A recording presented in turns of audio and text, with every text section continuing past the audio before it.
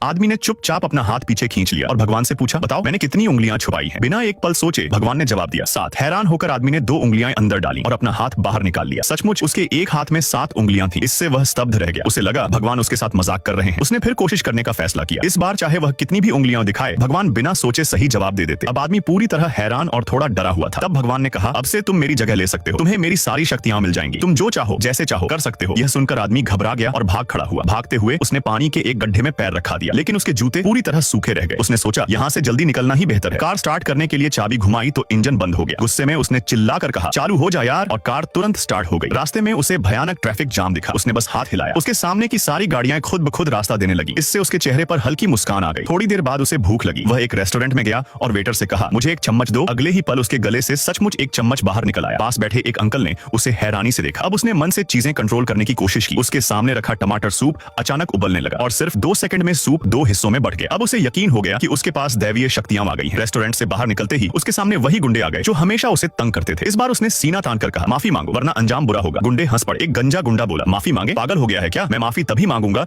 जब तुम मेरी पीछे से बंदर निकालोगे। आदमी शांत होकर बोला, ठीक है, जैसी तुम्हारी इच्छा। अगले ही पल गंजे की आंखें फटी की फटी रह गई। उसके पीछे से सचमुच एक बंदर निकल आया। यह देखकर सारे गुंडे डर के मारे उंगलियां चबाते हुए भाग खड़े हुए। बंदर धीरे धीरे आदमी की तरफ चला आया। आदमी मुस्कुराया और बोला, वापस चला जा जहां से आया है। बंदर मुड़ा और गंजे गुंडे की तरफ दौड़